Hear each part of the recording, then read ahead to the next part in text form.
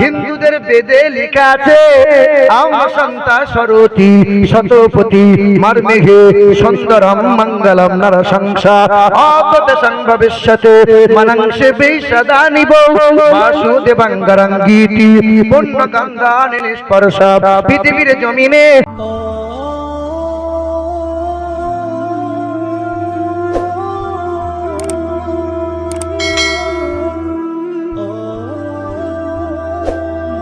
কথা বলেন না কেন? আল্লাহর নবী নূহ পয়গম্বর আল্লাহকে বলেছিল, মালিক আর সহ্য করা যায় না, বেঈমানরা বাড়াবাড়ি করে। আল্লাহ বলেছিল, নূহ পয়গম্বর তুমি নৌকা বানিয়ে নাও, আমি বন্যা দেব, গজব নামাবো। নূহ পয়গম্বর নৌকা বানিয়ে নিলেন, আল্লাহর হুকুম হয়ে গেল, ও নূহ পয়গম্বর পশু প্রাণীগুলো নৌকাতে জুড়াই জুড়াই উঠিয়ে নাও। একটা ঘোড়া নেবে তো একটা ঘুড়ি নেবে, একটা মুরগা নেবে তো একটা মুরগি নেবে, জোড়াই জোড়াই ওঠাও। সব যখন নৌকার মধ্যে ওঠে, লক্ষ্য করে পিছনের দিকে দেখে, একটা নিকৃষ্ট প্রাণী, একটা শুয়োর আর একটা মহিলা শুয়োর, এই হারাম জিনিসটা নৌকার মধ্যে ওঠে। নূহ পয়গম্বর বলে, আল্লাহ ওই হারাম নিকৃষ্ট প্রাণী শুয়োর কেন নৌকাতে ওঠে? আল্লাহ বলে, নূহ পয়গম্বর তুমি খারাপ ভেবো না, হারাম হতে পারে কিন্তু তোমার কাজ দেবে, তুমি নাও। নূহ পয়গম্বর উঠিয়ে নিলেন, ওই নৌকায় যত পশু প্রাণী পায়খানা করে পেশাব করে, সব পায়খানা পেশাব গুলো ওই নিকৃষ্ট প্রাণী সাফ করে দেয়। আল্লাহ বলে, বান্দা কোনটাই অনর্থক বানাই নাই। জোরে হবে না সুবহানাল্লাহ? আমার বান্দা বড় দুর্বল, তাই আল্লাহ পাক বলে আমার বান্দা দুর্বল। সকল প্রাণীকে আদেশ করেছেন, এই বাঘ ভাল্লুক আমার বান্দার গোলামি করবে, এই পশু প্রাণীরা আমার বান্দার গোলামি করবে, কারণ আমার বান্দার মতো সুন্দর আর কেউ নাই। বড় আদর করে বানিয়েছেন। যারা জামা কাপড় কাটায় কি বলে? টেলার মাস্টার বলে তো নাকি? দর্জি বল। আপনি যাবেন, কালকে ঈদ আছে মনে করেন, ভাই আমার জামাটা তাড়াতাড়ি দেন তো, টাকা দেবেন, খরিদ্দার আপনি জামা নিয়ে চলে আসবেন। আদরের ছেলে, ছেলে যখন বাপকে বলে, আব্বা আপনি আমার পাঞ্জাবিটা ভালো করে কাটিয়ে দেন। সোহাগের ছেলে, আদরের ছেলে যত্ন করে কাটায়, বাপ কাটাইছে ছেলের জামা, সোহাগের ছেলের জামা ধীরে ধীরে কাটায়, আদর দিয়ে কাটায়। আল্লাহ বলে, বান্দা সাত আসমান সাত জমিনটা বানাইলাম 6 দিনে, আমি আল্লাহ যদি বলতাম হয়ে যা, হয়ে যেত, কিন্তু আমার বান্দার বড় নিয়ামত দিয়ে বানাইলাম, তাই তো বেশি একটু সময় নিলাম।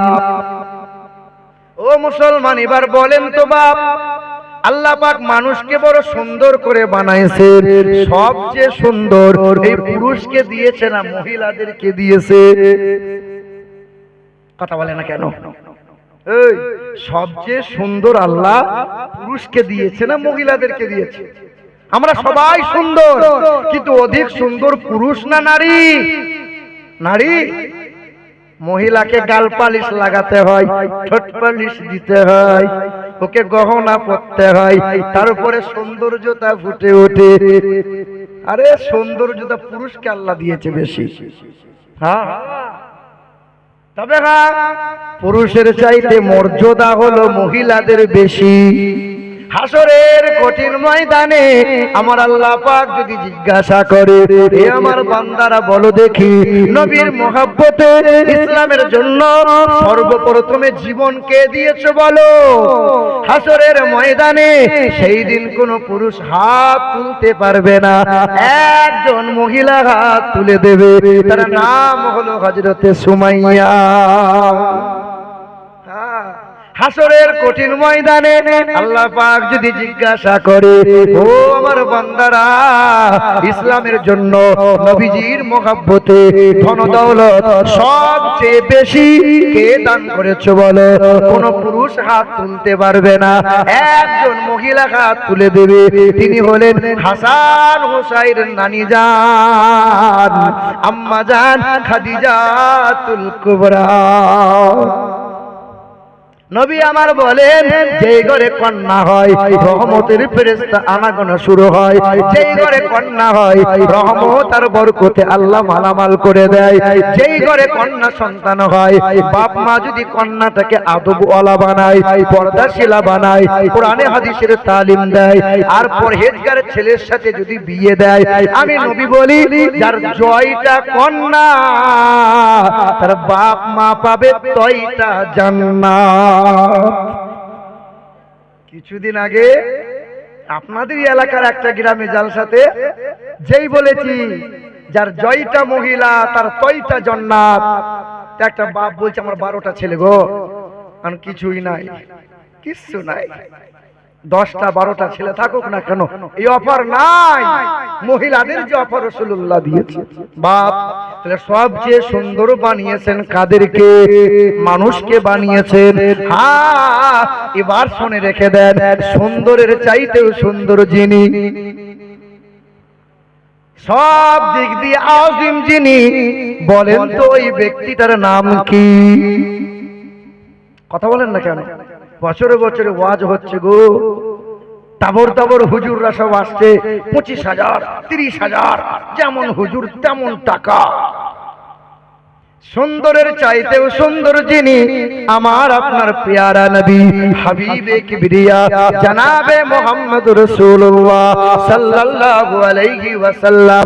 হিন্দুদের বেদে লেখা আছে, আম সন্তা সরতি শতপতি মারমেহে সুন্দরম মঙ্গলম নরসংসা আপদেশং ভবিষ্যতে মনংসে বিশদানিব বাসুদেবঙ্গরঙ্গীতি পুণ্য গঙ্গা নিষ্পর্শা। পৃথিবীর জমিনে মুক্তির দূত আবির্ভাব হবে, কল্যাণ কর্তা হয়ে আসবেন তিনি, অতীব সুন্দর হবেন, চাঁদি দিয়ে মোড়ানো হবে, তার চেহারা দিয়ে সুগন্ধি বার হবে, সেই সুগন্ধির সৌরভে দেশের মানুষের মন পবিত্র হবে। তিনি হবেন নরসংসা, তিনি হবেন কল্যাণ কর্তা, জগৎ গুরু জানাবে মুহাম্মদুর রাসূলুল্লাহ। ওরা কালো চশমা পরে থাকে, তাই সহজে দেখতে পাই না, আর যে পণ্ডিত গুলো দেখতে পাই তারা কাউকে বলবে না, আর যদি বলে দেয় পায়ের নিচে মাটি আর থাকবে না। আর যারা পণ্ডিত হয় আসলে তারা দেখবেন তেমন ধর্ম নিয়ে লাফালাফি করে না, চুনোপুটি গুলো খুব লাফায়। যারা জীবনে ধর্মগ্রন্থ চোখে দেখে নাই, কথা বলেন না কেন? ও বাপ, ও সোনার টুকরো বন্ধুরা, আমার সুধী মানুষেরা, ভারতের জমিনে মহাত্মা গান্ধী যখন মারা গেলেন, মরে যাওয়ার 16 দিন আগে তিনি একটা চিঠি লিখে দিয়ে গেলেন। ওই চিঠিটা ভারতের জমিনে নাই, এখনো ব্রিটিশ লাইব্রেরিতে রাখা আছে। মহাত্মা গান্ধী বলে দিয়ে গিয়েছিলেন, তার কথাটা গোপন করে দেওয়া হয়েছে, চিঠির তথ্য মানুষকে জানানো হয় নাই।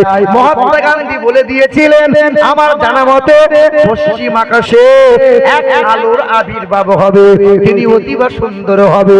ওই সুন্দর মানুষের যদি কোনো মানুষ সুন্দর চেহারা সুন্দর আদর্শ বানিয়ে নিতে পারে, তার মতো সুন্দর ব্যক্তি আর কেউ হতে পারবে না। বিশ্বকবি রবীন্দ্রনাথ ঠাকুর তিনি চীন দেশে গিয়েছিলেন। চীনের বিকিং শহরে ইয়াংশিকিয়াংহং নদীর তীরে যেখানে চীনের সভ্যতা গড়ে উঠেছে, সেই জায়গায় দাঁড়িয়ে 3 ঘন্টা লেকচার দিয়েছিলেন। চীনের ছেলে মেয়েরা প্রশ্ন করেছিল, স্যার আপনাকে জিজ্ঞাসা করি, বাংলার জমিন থেকে এসেছেন, বলেন তো আপনি গালে দাড়ি কেন রাখেন, মাথায় টুপি কেন পরেন, লম্বা জুব্বা কালো পোশাক কেন পরেন? ওই দিন বিশ্বকবি বলেছিলেন, আমার জানা মতে ইসলাম ধর্মের জগৎগুরু কল্যাণকর্তার অসংখ্য আদর্শের ভিতরে তিনটে আদর্শ বড় ভালো লাগে, তাই তো তিনটে আদর্শ আমি পালন করি। সালটা ছিল 1934 সাল। আমার মাদ্রাসা থেকে 4 কিলোমিটার দূর বোলপুর শান্তিনিকেতন। ওই বোলপুর শান্তিনিকেতনে 1934 সালে ওই বিশ্বকবি রবীন্দ্রনাথ ঠাকুর নবী দিবস পালন করেছিলেন। এই তত্ত্ব গোপন রাখা হয়েছে, তিনি নবী দিবস পালন করেছিলেন। আমার দাদুরা হাজির হয়েছিল, হিন্দুরা হাজির হয়েছিল, আদিবাসীরা হাজির হয়েছিল। গোটা বিশ্ব যখন 12ই রবিউল আউয়াল পালন হয়, তখন একদল মুজাহির বড় জ্বলন হয়। গোটা বিশ্ব যখন নবী দিবস পালন হয়, তখন আহলে খবিসদের বড় জ্বলন হয়। তারা দেখবেন স্বার্থে চলে। যখন তাদের দলের সাথে মতের সাথে যে হাদিস মিল হয়, এটা সহিহ, বাকি সব জয়ীফ হাদিস। বাপ নবীর আগমনে জ্বলন হয়েছিল, কষ্ট হয়েছিল আবু জেহেল আবু লাহাব। নবীর আগমনে কষ্ট হয়েছিল, জ্বলন হয়েছিল, কান্না করেছিল ইবলিস শয়তান। তোমার আগমনে এত কষ্ট হয় কেন? তোমরা উত্তরসূরি হয়ে আছো নাকি? বাপ বিশ্বকবি রবীন্দ্রনাথ ঠাকুর 12ই রবিউল আউয়াল 1934 সালে তিনি পালন করলেন। শত ধর্মের মানুষ হাজির হয়েছিল। বিশ্বকবি 1.5 ঘন্টা লেকচার দিয়ে বলেছিলেন, আমার জ্ঞানের মতে, আমার জানা মতে পৃথিবীর জমিনে সুন্দরের চাইতেও সুন্দর যিনি, যার মতো মহামানব পৃথিবীর জমিনে আর একটাও মিলবে না। সেই দিন বিশ্বকবি বলেছিলেন, আমার জানা মতে জগৎগুরু কল্যাণকর্তা নবী মুহাম্মদ রাসূলুল্লাহর মতো আদর্শবান মহাপুরুষ পৃথিবীর জমিনে আর পাওয়া যাবে না। হ্যাঁ, এখনো ইংল্যান্ডের ব্রিটিশ মিউজিয়ামে লেখা আছে, সাদা পাথরের উপরে কালো কালি দিয়ে লিখে রেখেছে তারা, খ্রিস্টান নাসারা যারা as a leader, as a teacher, as a father, as a commander, as a lawmaker, Muhammad is the superman of the world. বিশ্বের জমিনে 1 নম্বরের নেতা, 1 নম্বরের পিতা, 1 নম্বরের শিক্ষক, মানব জাতির মুক্তির দাতা। তারা লিখে রাখে নাই যিশু খ্রিস্টের নাম, আব্রাহাম লিঙ্কনের নাম লেখা নাই, লেনিনের নাম লেখা নাই, গুরু নানকের নাম লেখা নাই, বালক ব্রহ্মচারীর নাম লেখা নাই, মহাবীরের নাম লেখা নাই, বুদ্ধদেবের নাম লেখা নাই, শ্রী চৈতন্যের নাম লেখা নাই, স্বামী বিবেকানন্দের নাম লেখা নাই, শ্রী রামকৃষ্ণের নাম লেখা নাই, জওহরলালের নাম লেখা নাই, ইন্দিরা গান্ধীর নাম লেখা নাই। ওখানে আজও লেখা আছে মানব জাতির মুক্তির দাতা জনাবে মুহাম্মদুর রাসূলুল্লাহ।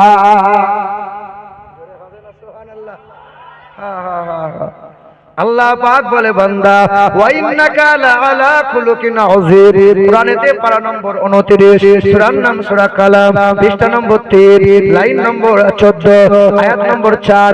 আল্লাহ পাক বলে, বান্দা আমি আমার হাবিবকে বানিয়েছি আযীম, সিরাতের দিক দিয়ে আযীম, সুরাতের দিক দিয়ে আযীম। যেই দিক দিয়ে লক্ষ্য করবে আমার রাসূলুল্লাহকে শ্রেষ্ঠ খুঁজে পাবে। নবীর মতো করে আমি আল্লাহ কাউকে বানাই নাই। মুসলমান আপনাকে বলে, তাহলে আল্লাহ পাক আপনাকে সুন্দর বানিয়েছেন, সুন্দরের চাইতেও সুন্দর যিনি রাসূলুল্লাহ সাল্লাল্লাহু আলাইহি ওয়াসাল্লাম তিনি। যদি আপনাকে সুন্দর হওয়া চাই, যদি আপনি সুন্দর হতে চান, তাহলে সুন্দরের চাইতেও সুন্দর যিনি, সর্বদিক দিয়ে আযীম যিনি, ওই রাসূলুল্লাহর আদর্শে আপনাকে সুন্দর হওয়া লাগবে। বাপ যদি ভালো হয়, সন্তান ভালো হবে। মাটি যদি ভালো হয়, গাছ ভালো হবে। গাছ যদি ভালো হয়, ফলন ভালো হবে। কারখানা যদি ভালো হয়, প্রোডাক্ট ভালো হবে। মা যদি নেককার হয়, বাচ্চা আল্লাহওয়ালা হবে। আর মা যদি পর্দাশীলা, মা যদি বেহায়া বেলজ্জা শরমওয়ালা হয়, মা যদি সিরিয়াল হিন্দি গান শুননেওয়ালা হয়, ওর ছেলেটা বিচুতি মাল তৈরি হবে, বড় হয়ে বাপের কাছে বিড়ি চেয়ে খাবে। হ্যাঁ হ্যাঁ, বাপকে শালা বলে ডাকবে। কি বলছেন বলেন? আর এখন যা যুগ চলছে বাপ, আপনি দেখেন রাস্তাঘাটে শুধু দেখেন, আমি যখন ঢুকলাম কিছু যুবতী আর কিছু যুবক শুধু বারবার আসছে আর যাচ্ছে, আসছে। ফোন নাম্বার দে, ফোন নাম্বার দে, একবার একটু হোয়াটসঅ্যাপ করি তোকে, হ্যালো আই মিস ইউ বলবো। শুধু এই চলছে। মেলা তলা বসিয়েছেন যে আপনারা, মেলা তলা না দিলে যে লোক হবে না। আহা, আপনার ছেলে মেয়েটা যে কিরকম নোংরামো করছে দেখলেন না? আব্বা শোনার চাঁদ বন্ধুরা, আপনি ছেলেটাকে বলতে যাবেন, বাবু দিন রাত মোবাইলে খুঁচা মারছো, ফ্রি ফায়ার খেলছো, মার মার মার মার করছো, আপনি বলতে যান, আপনি বলতে পারবেন না। বাপ মানা করে না, মা মানা করে না, ওর বাপ মা তো মরে গেছে, মানা করবে কি করে? বেঁচে নাই, বেঁচে থাকলে ছেলেটা কুলাঙ্গার হতো। আপনি পাশের বাড়ির মানুষ, মুরব্বী মানুষ, আপনি বলতে যাবেন, তা আপনাকে ওই ছেলেটা জবাবে বলবে তোমার বাপের টাকায় করছি। কি বলছেন বলেন? ছেলেরা এখন দিনরাত সেলফি তুলছে, সেলফি দিনরাত হুজুর একটা সেলফি হবে। কিছু মানুষ আবার উমরা করতে যাচ্ছে, মৌলবি বলো সাধারণ বলো, শুধু কাবা শরীফের সামনে সেলফি তুলছে, এরকম দিয়ে মোবাইলে ছেড়ে দিচ্ছে, দিয়ে বলছে কাল থেকে আমাকে হাজি বলবি, হজ করছি। বীরভূমের একটা মৌলানাকে দেখলাম উমরা করতে গেছে, 17 দিনের প্যাকেজ ছিল, তো 182টা ফেসবুকে শুধু ছবি ছেড়েছে। হায় হায় হায় হায় হায়, জানাজা পড়িয়েছি, লাশ কবরে শোয়ানো হয়েছে, কবরস্থ হয়ে যাবে, পুতা ছুটে গিয়ে বলছে হুজুর একটু সাইড দেন তো। কি করবি?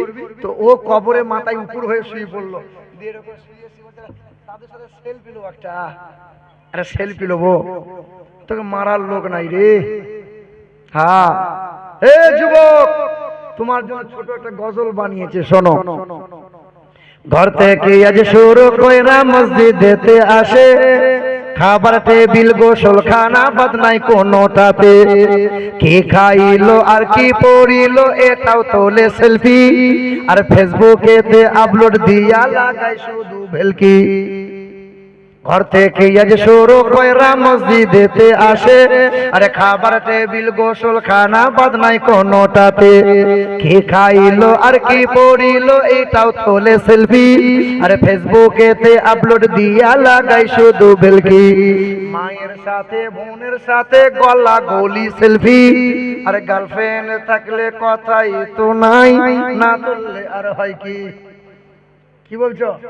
জাকাত সাদকা অনুদান যদি কেউ করে, আর 1 কেজি চাল দিয়া বেটা শুধু ছবি তোলে, হাফেজ আলেম মুফতি ইমাম বাদ নাই কেহ আর, মানে এখন সব হাফেজ আলেম মুফতি ইমাম বাদ নাই কেহ আর, আরে ছাত্র শিক্ষক উকিল নেতা আর ব্যারিস্টার, মানে যে যেমন তার সেলফির কোয়ালিটি তেমন। মসজিদেতে নামাজে সেলফি ইবাদতে, আর কোয়েতে কাপে বসে সেলফি কোরআন তেলাওয়াতে, সভা সমাবেশ আর বায়ানের মাহফিলে, আর বক্তা শ্রোতা উভয় এখন সেলফির বাজারেতে। বক্তা ওয়াজ করছে, এদিকে সেলফি তুলছে, হ্যাঁ না? আরে হজ উমরা করতে গিয়ে আদব আখলাক ভুলে, হজ উমরা করতে গিয়ে আদব আখলাক ভুলে, আরে আল্লাহর ঘরকে সামনে রেখে শুধু সেলফি তোলে। এরকম চলছে অসংখ্য। কিছু কিছু হাজিদের জন্য এই ভালো ভালো হাজিদের সব বদনাম। হ্যাঁ বাপ, একটা হাজি সাহেবের কথা বলি। আমার এলাকার কিছু হাজি সাহেব হজ করতে যাচ্ছে, দমদম এয়ারপোর্টে ছাড়তে গেছে। আমি চাষা ভালো করে যাবেন, এইরকম নিয়মে করবে। এবার চেকিং হবে, তা আমাকে বলছে বাপ সালমান মাকে একটু ভিডিও কলটা লাগিয়ে এবার দেখবো। তখন দেখো শেষবার দেখো তো ভিডিও কল যেই লাগিয়েছি, দমদম এয়ারপোর্টে মানে চেকিং এর আগে সালমান মাকে দেখছে আর কাঁদছে, বলছে সালমান মা তোর জন্য জানটা খুব খিদে বেঁধে গেছে। আনন্দ চাষা তুমি বাবু হজ করতে যেও না বাপ, দমদম এয়ারপোর্টে গিয়েই এখন বউয়ের জন্য মন খিদি বিদি করছে, আরবে গেলে তোমার কি হবে বাপ, তোমাকে যেতে হবে না। হায় হায় হায় হায়, কি সব চলছে গো, মানে টাকা থাকলেই হজ হয়। বাপ, এই মুসলমানের ছেলেরা, নওজোয়ান যুবকেরা, শোনো বন্ধু শোনো, ছেলে মানুষ করা লাগবে। মানুষ, বীরভূম বলে একটা, লাভপুর বলে একটা থানা আছে, বীরভূমে লাভপুর, ওই লাভপুর থানার আন্ডারে হাই স্কুলে শিক্ষক জিজ্ঞাসা করছে ছাত্রদের, 5 ছেলেদের, বাবু তুমি বড় হয়ে কি হবে, তুমি বড় হয়ে কি হবে? দেখবেন না দাদু নানারা জিজ্ঞাসা করে পোতা নাতিদেরকে, বড় হয়ে কি হবে নানু ভাই? তো নাতি বলে আমি বড় হয়ে মাস্টার হব, কেউ বলে আমি বড় হয়ে পুলিশ হব, কেউ বলে আমি বড় হয়ে নেতা হব, বলে কি বলে না? তো হাই স্কুলের শিক্ষক 5 বাচ্চা বাচ্চা ছেলেদের জিজ্ঞাসা করছে, বড় হয়ে কি হবে? পুলিশ হব। তুই বড় হয়ে কি হবে? মাস্টার হব। তুই বড় হয়ে কি হবে? ডাক্তার হব। এটা নাবালক বাচ্চা ছেলে হাতটা তুলে বলছে, স্যার আমি বড় হয়ে পুলিশ হব না, ডাক্তার হব না, কি হবে? আমি বড় হয়ে বোকা হব, বোকা। হাসছো? বলে বোকা হবে মানে? বলে আমি বড় হয়ে ডাক্তার হতে চাই না। 100-র মধ্যে 98টা ডাক্তার কসাইয়ের চাইতেও খারাপ। ওই ডাক্তার জানে এই ওষুধটা দিলে রোগী ভালো হবে, কিন্তু ডাক্তার ওষুধ দেবে না। 6 বার আসতে হবে, 12 বার রিপোর্ট করতে দেবে, তাও আবার ডাক্তার বলে দেবে অমুক মেডিকেলে করবি, ইউজিটা অমুক জায়গায় করবি, অন্য জায়গায় দেখবে না। ছেলেটা বলছে আমি ডাক্তার হব না, রোগীদের সাথে ধোঁকাবাজি করতে পারবো না, আমি বড় হয়ে পুলিশ হব না। বলে কেন? পুলিশ যদি হয়ে যায় সায়দাপুরের রাস্তায় দাঁড়িয়ে গাড়ি দাঁড় করা, 500 টাকা দে। না জালিম, আমি জুলুম করতে পারবো না। ছেলেটা বলে বোকা হব, সরল মানুষরা বোকা হয়, আর যারা বোকা মানুষ হয় তারা কোনো মানুষকে ধোঁকা দিতে পারে না। দেখা গেল বাপ তার সরল, ছেলেও বড় সরল। এ বাপ শোনো, 3 বছর আগের ঘটনা, ইংল্যান্ডের খ্রিস্টান স্কুলে, স্কুলে খ্রিস্টান ছেলেরা পড়ে, ইহুদিদের ছেলেরা লেখাপড়া করে, গুটি কয়েক হাতে গোনা মুসলমানের ছেলে লেখাপড়া করে। ওই স্কুলের মাস্টার জিজ্ঞাসা করেছিল, এমনই করে জিজ্ঞাসা করলো, বড় হয়ে কি হবে? মাস্টার হবো। বড় হয়ে তুমি কি হবে? এসডিও ভিডিও হবো। তুমি বড় হয়ে কি হবে? প্রফেসর, উকিল হবো।